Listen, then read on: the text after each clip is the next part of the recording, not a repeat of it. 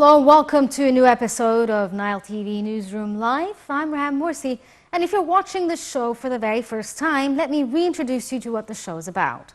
This show is composed of a number of different segments, including a closer look at the world of politics, business and finance, in addition to learning more about technology and the arts world, and a closer look at the world of sports. Let's take a short break and then start after that with the world of politics.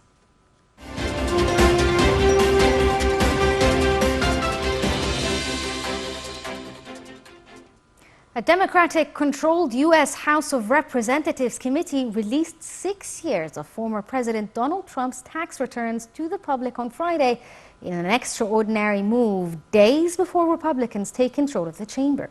We have more on this developing story.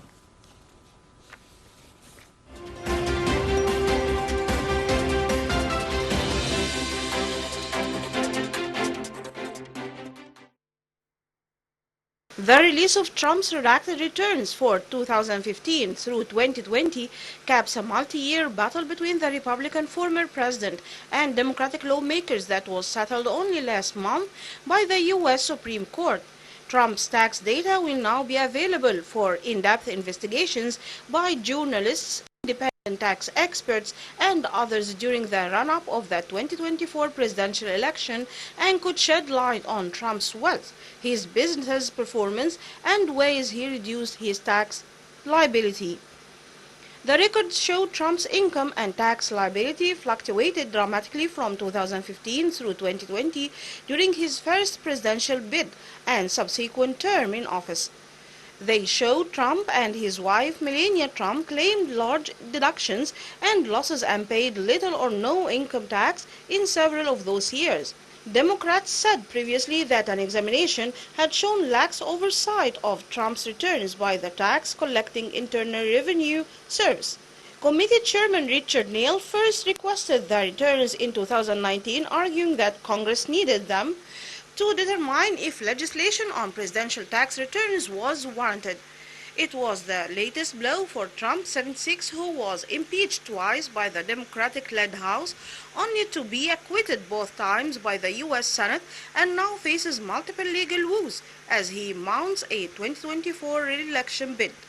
Earlier this month, the House committee investigating the January 6, 2021 attack on the U.S. Capitol by his supporters asked federal prosecutors to charge him with 4 crimes, including obstruction and insurrection for his role in the deadly riot. Trump played down the importance of the release of his returns in a videotaped statement released on Friday and accompanied by a request for campaign donations. Contain much new beyond committee findings disclosed last week in a report saying the IRS broke its own rules by not auditing Trump for 3 out of 4 years while he was president.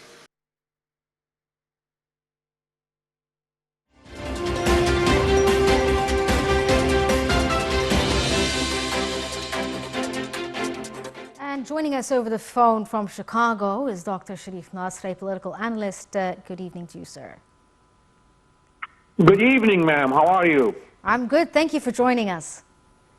I'm happy to be. I'm happy and honored to be with you. Thank you so much. So could you tell us what's the significance of having Trump's tax returns unsealed? Could there be any legal consequences for this? This has a very serious consequences because he is defrauding the Internal Revenue Service of the United States. And to defraud the Internal Revenue Service of the United States, which is the Treasury of the United States, is one of the worst offense that somebody can do. Yes. It is unprecedented in the American history that an American president defrauds the American Treasury. And he continued to do that for years and years. Yes. In addition, his legal problems is not limited only to such very serious felonies. These are felonies. His legal problems are numerous other felonies, such as preventing the procession, the regular procession of transferring of power from him to the next elected president, who was Joe Biden. Yes. Joe Biden, whether you like him or not, but people have spoken. Yes, he was People elected. have given the vote to Joe Biden with very large majority. Yes. So to try to stop that transfer of power is a very serious offense, Yes. and it has very serious consequences. And one of the worst that he did hide in his private house in Mar-a-Lago, very secret documents Yes. of the American government. Yes, but sir, going back to the tax returns, do you believe that the move of making these tax returns actually public and accessible by journalists, do you believe that the move is intended to undermine the Republican Party, especially since it has a majority win and now they're choosing someone, I believe it's Kevin McCarthy, who is up for the top spot in the U.S. Congress? Well, actually, I don't believe this is done to undermine the Republicans. He is fair and square guilty of defrauding the American Treasury. Okay, And- yeah. Well- And to defraud the American Treasury is a very serious felony. It's a very serious crime. Yes, it is. Dr. Sharif Nasr, a political analyst calling in from Chicago, thank you so much for joining us over the phone and highlighting the significance of these tax returns being made public. And we're going to take a short break and move on with the rest of the episode.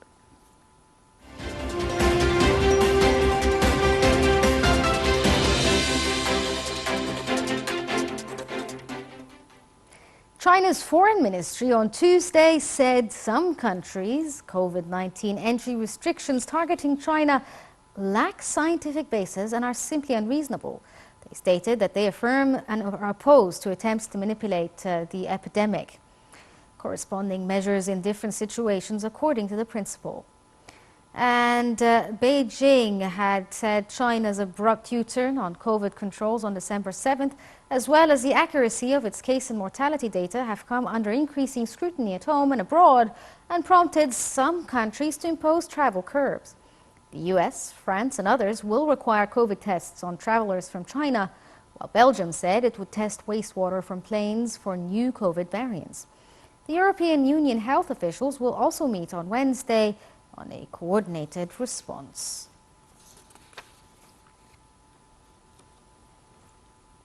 And to take a look at the celebrations for New Year's, the world welcomed the new year with a packed party in Times Square and fireworks soaring above European capitals, while hoping for an end for the war in Ukraine and a return to post-COVID normality in Asia. It was a year marked by conflict in Ukraine, economic stresses, and the effect of global warming. But it was also a year that saw a dramatic football World Cup, rapid technological change, and efforts to meet climate challenges. After 2023 descended upon Asia, Africa, and the European Union, New York rang the new year in typical style as thousands curled themselves in pens under pouring rain in Times Square, waiting for the ball to drop. Meanwhile, millions watched the accompanying musical acts and the countdown on TV. But earlier, across the Atlantic, the London Eye turned blue and yellow in solidarity with Ukraine as fireworks saw the midnight in the British capital. For Ukraine, there seemed to be no end in sight for the fighting that began when Russia invaded in February. Numerous blasts were heard in Kiev and other places across Ukraine, with evening curfews remaining in place nationwide, making the celebration of 2023 impossible.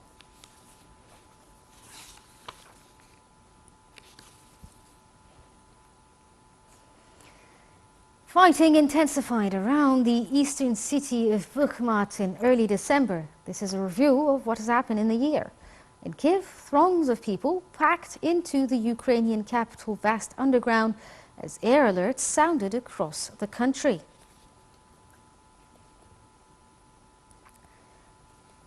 Residents in Beijing and Shanghai expressed relief at the start of December as testing requirements and quarantine rules were gradually eased off in some Chinese cities. The policy shift comes after anger over the world's toughest curbs fueled protests unprecedented in mainland China. China announced on December 7th that the most sweeping changes of its anti-tough COVID regime since the pandemic began 3 years ago, loosening rules that curb the spread of the virus but had hobbled the world's second largest economy and sparked protests. In Peru, Congress voted to oust President Pedro Castillo in the impeachment trial on December 7th, hours after he said he would dissolve the legislators by decree and threw the Andean country into a full-on constitutional crisis. We also saw Sam Bankman-Fried, who founded and led the FTX until a liquidity crunch forced the Bahamas-based cryptocurrency exchange to declare bankruptcy, and was arrested on December 12th in the Bahamas after being criminally charged by U.S. prosecutors. Also, NASA's Orion capsule barreled through Earth's atmosphere and splashed down in the Pacific Ocean on December 11th after making an uncrewed voyage around the moon, winding up the inaugural mission of the U.S. agency's new Artemis lunar program 50 years to the day after Apollo's final moon landing. Still in review of the year, former Pakistani Prime Minister Imran Khan was wounded in an assassination attempt on November 3rd when his anti-government protest convoy came under attack. Also, we saw world leaders gathering in Egypt on November 7th for the beginning of the COP27 UN Climate Conference. Talks on reparations for poorer states disproportionately affected by climate change were set to feature prominently in the conference. UN Secretary General Antonio Guterres told the gathered leaders they face a stark choice to work together now to cut emissions or condemn future generations to climate catastrophe. COP27 President Sameh Shukri brought the gavel down to signify the document representing the political agreement at the conference had been approved by consensus. Hawaii's Mauna Loa, the world's largest active volcano, began erupting on November 27th for the first time since 1984, ending its longest quiet period in recorded history. The night sky above Hawaii's largest island glowed a hellish red as bright hot lava sprang forth at the volcano's summit. It last erupted in '84, and lava within 5 miles had flowed from this eruption of the Hilo Island's largest city.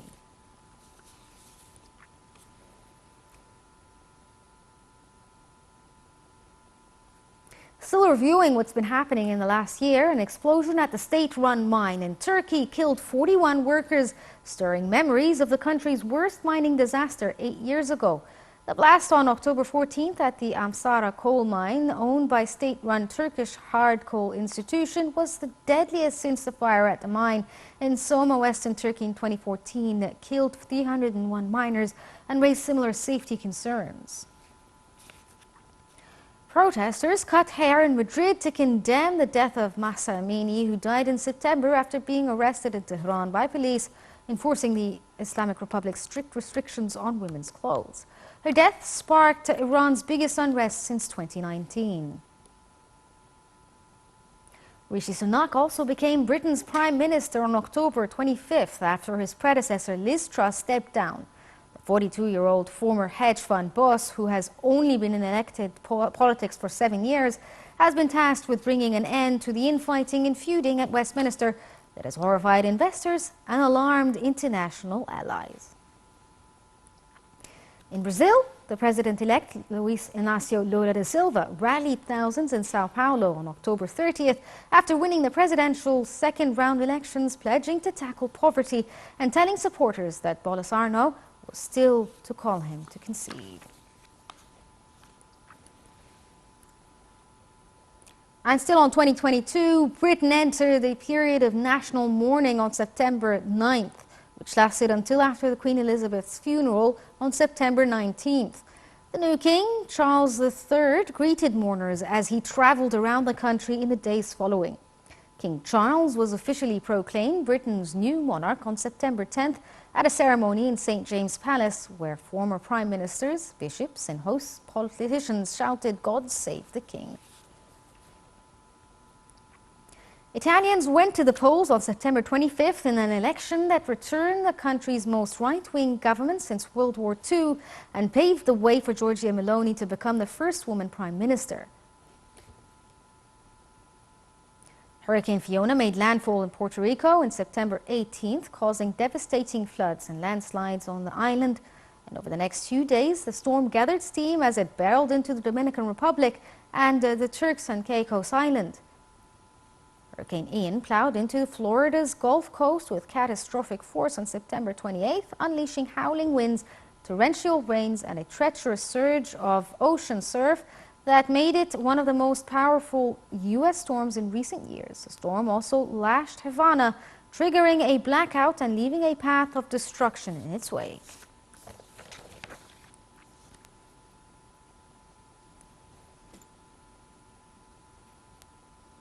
In a final review of the year's end, 3 more ships loaded with grains left Ukrainian ports under the Turkey-brokered safe passage deal, carrying a total of 58,000 tons.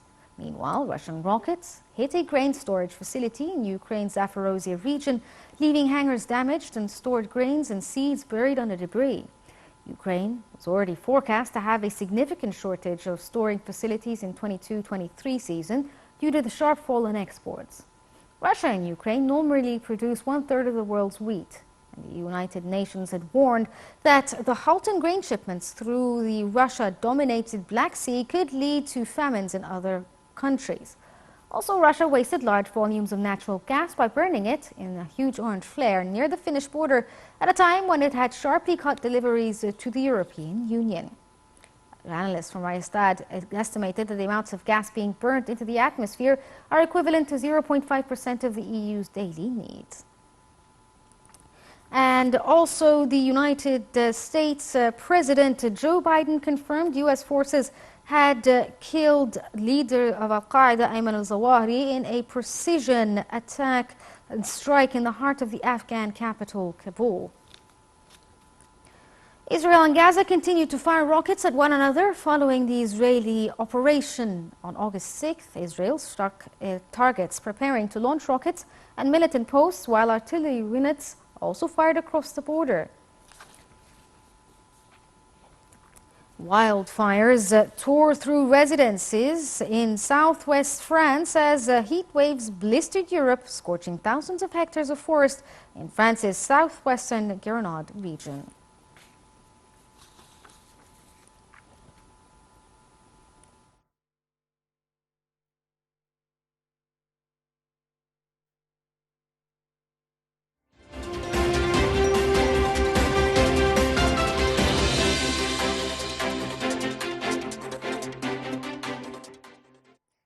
To us more about what had been happening in 2022, we're joined over the phone by Dr. Hassan Wagih, a professor of political science at Cairo University.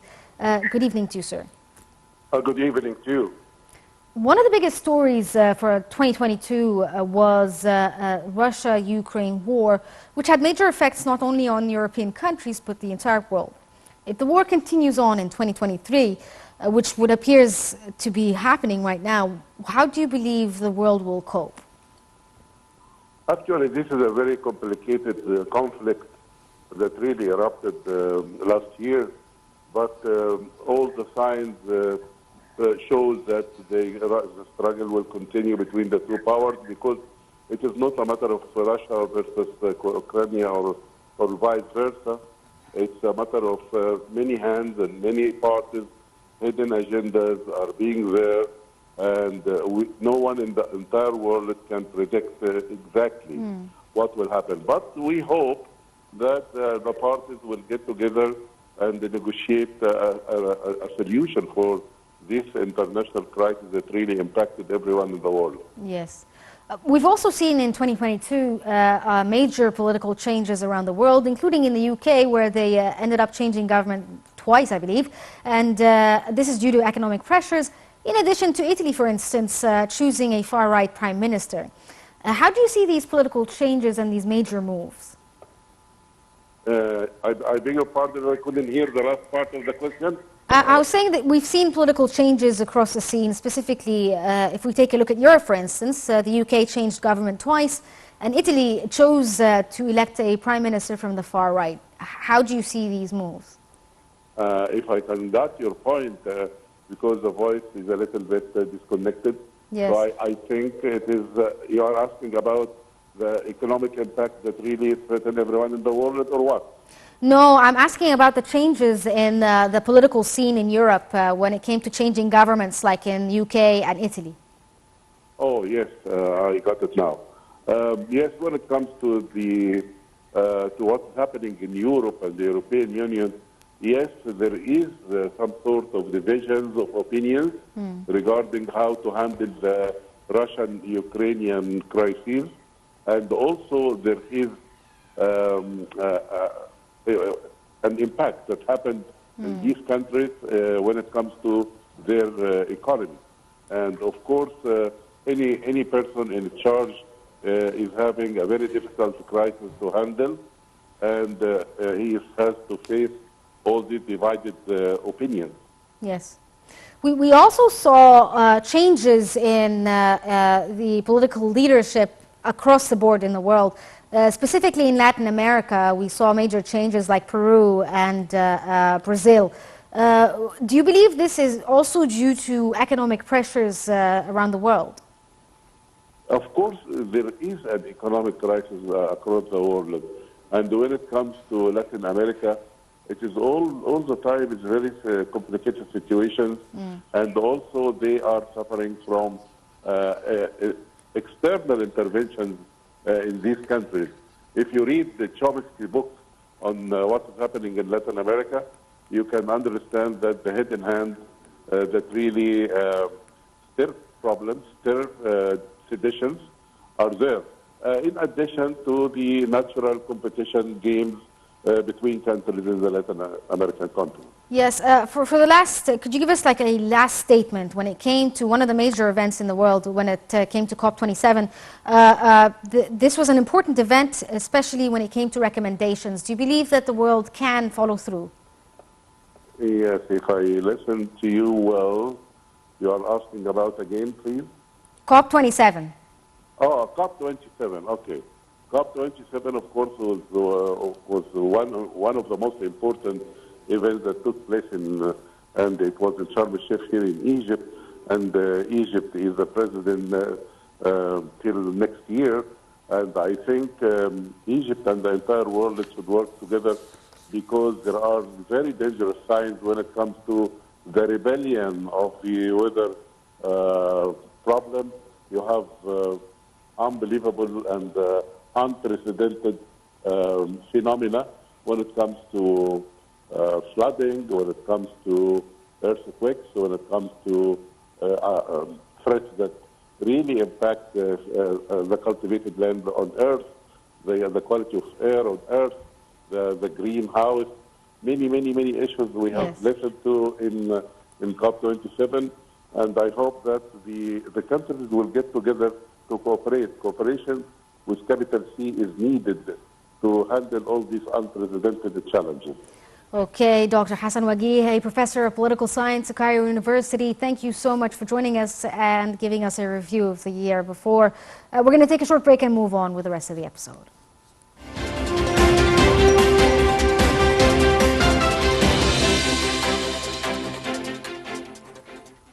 And in the business and financial world, Wall Street's main indices opened higher on the first trading day of the first new year, with a slew of economic data on tap this week, as well as the Federal Reserve's meeting minutes that will provide more clues on the path of future interest rate hikes. The Dow Jones Industrial Average rose 0.15% at the open, with the S&P 500 opening higher by 0.36%, while the Nasdaq gained 0.91%.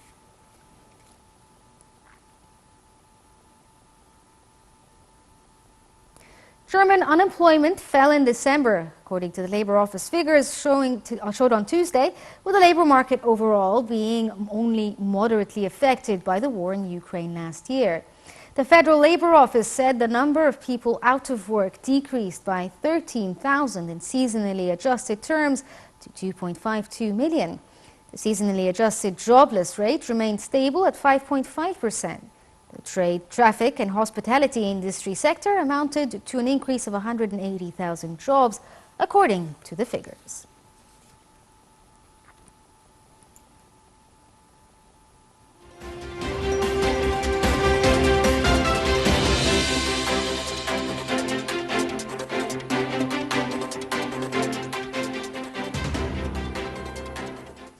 And in the tech world, China advanced its manned space program in 2022 and successfully completed the building of its space station, the final goal of its three-step human space program initiated 30 years ago.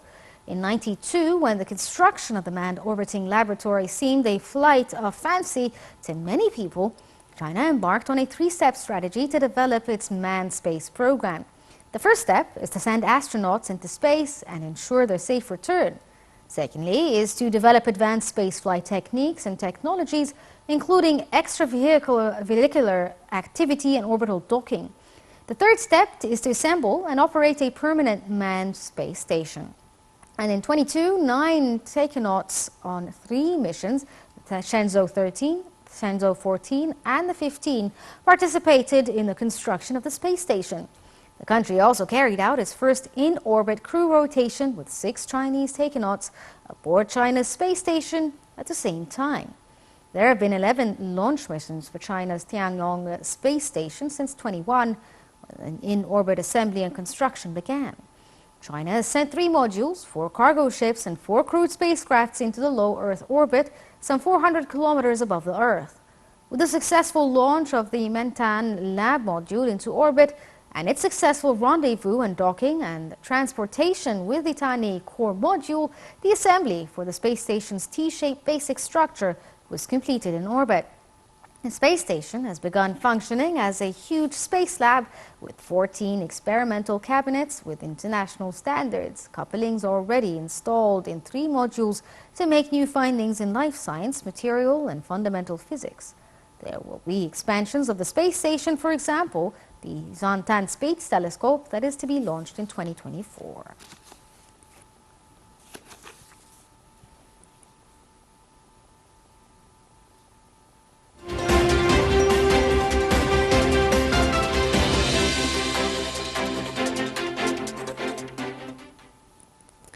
And in cultural and arts news, hundreds of Egyptian school children gathered in the Grand Egyptian Museum to turn piles of Lego blocks into renewable energy structures. From wind turbines to car powered by solar energy, teams of children aged 4 to 6 competed in the first Lego League Discover. The aim of the 6th edition of the competition was to find solutions for storing, distributing and transporting renewable energy by creating Lego structures. 400 pupils were divided into 80 teams of 5 from 9 Egyptian governorates. Each team had 3 months to think of the idea and train ahead of the competition. Through competition, children are also learning team building and problem-solving skills. The championship was held at the Grand Egyptian Museum next to the Giza Pyramids. The new museum's official opening is expected to take place this year.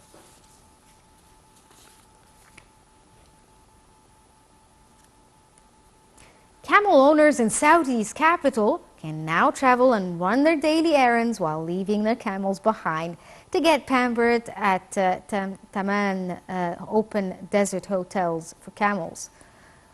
Tataman, meaning to rest assured in Arabic, includes 480 hotel rooms, both single and double, and provides diverse services to camels who should pass a medical examination to enjoy their stay at the hotel. Owners pay 400 Saudi riyals, or nearly $107, for their camels to enjoy a full board stay, including fodders and barley. Camels can also drink milk for an additional 100 riyals, or $27 per animal.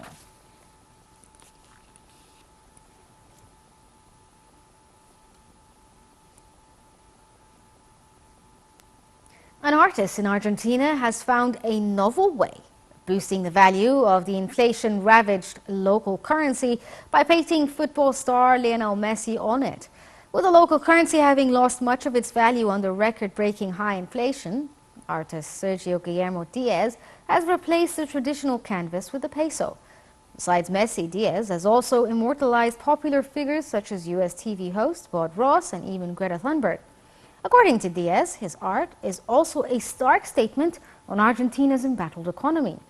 In the midst of the prolonged financial crisis, inflation is on track to edge 100% in Argentina, a situation that has seen 40% of the country's population struggle under poverty.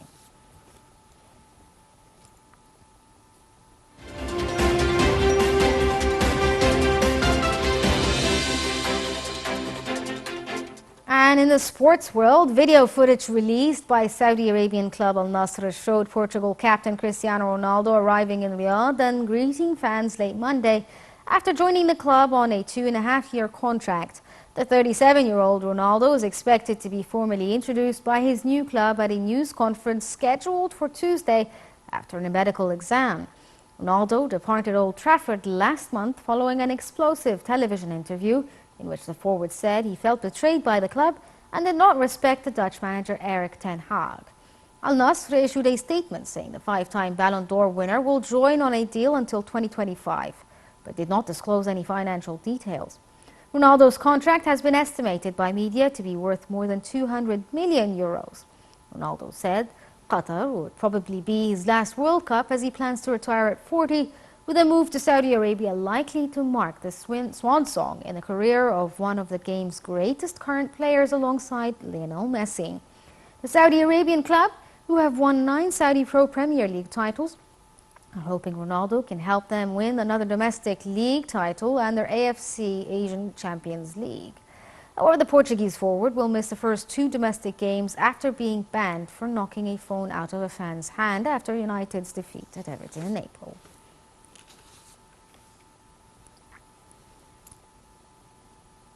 A procession carrying football legend Pelé's coffin is to pass through the streets of Santos, ending at Missinacal Memorial Necropolis Cemetery, where he will be buried in a private ceremony. This is as fans of his former club cheered and chanted in admiration for his coffin arriving in the early hours of Tuesday. The story.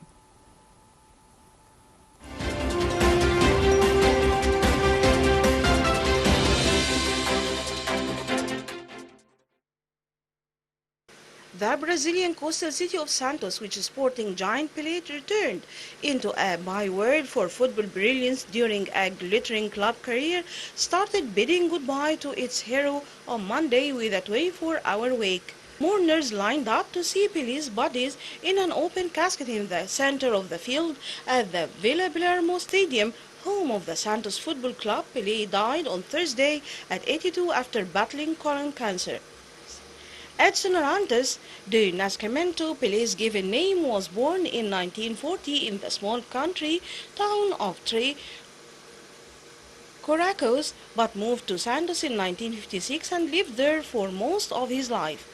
In the early hours of Monday, his body arrived under fireworks in the city of about 430,000 people from Sao Paulo Albert Einstein Hospital. Floral wreaths were sent by the likes of Neymar, Vinicius Jr. and Spanish club Real Madrid.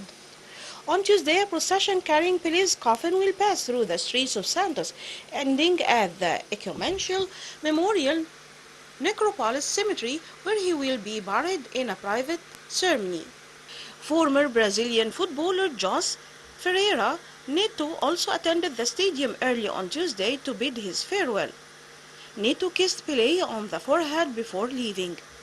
Santos press office said some 5,000 journalists from all over the world had been accredited to cover the wake of Pelé, who scored more than 1,000 goals for Santos. Several government officials are set to attend the memorial, including newly born in Brazilian President Luiz Inácio Lula da Silva and Vice President, along Santos supporters.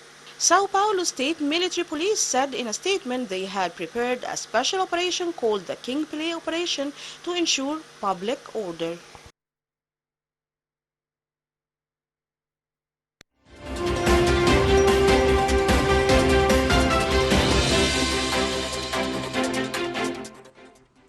joining us over the phone to tell us about Pelé's journey is Mohamed Adel, a sports critic. Good evening to you, sir. Good evening. Could you tell us a little bit about Pelé's journey in the football world? Well, Pelé is one of the most talented football players since they invented football. Pelé is the only football player to win the World Cup 3 times, which happened in 1958 in Sweden, 1962 in Chile, and 1970 in Mexico. Pelé is the youngest player to score in a game in World Cup, and of course he's the youngest player to score in a World Cup final. Pelé happened after Pelé's death. The condolences offered by most of the major persons, not only football players, but the from all over the world, the presidents, the prime ministers, all the elite persons offered their condolences to Pelé, because he is one of the most talented and precious football players the people saw since they invented the football in 1863 in England. Pelé played with only one club in Brazil, which is Santos. He played for 17 years. He came to Egypt in 1972 with his club and played versus Al Ahly, and he scored twice in a game ended by 5-0 to Santos. Then he went to the United States of America in the beginning of the football development in the States, and played for New York Cosmos with Franz Beckenbauer and many elite players at the time. At the end, I want to say that we miss a great person before being a great player and very talented player. When we watch the players nowadays, and the talented players, they do some sort of movements and dribbles and fence. Pelé did that before. So, which brings me actually to the next question, sir. Do you believe that Pelé actually changed how football is played? Sure, of course, because Pelé was a turning point in football. So it was, there were football before Pelé and football after Pelé. When we talk about a 17 years old, he scored in World Cup. He had the World Cup for one time, 1958 in Sweden. Then he won it twice with Brazil. He had a great history in football. And in the 20th century, he was chosen as the player of the century by FIFA and the sports person, the best sports personnel from the IOC, the International Olympic Committee. So he is one of the biggest and the most precious persons, not only on football and sports, but in all branches, all life branches. Okay, Mohamed Adel, sports critic, thank you so much for joining us over the phone and telling us about Pelé's journey in football.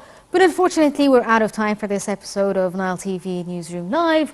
Thank you so much for joining us on this episode, but stay tuned for more here on Nile TV.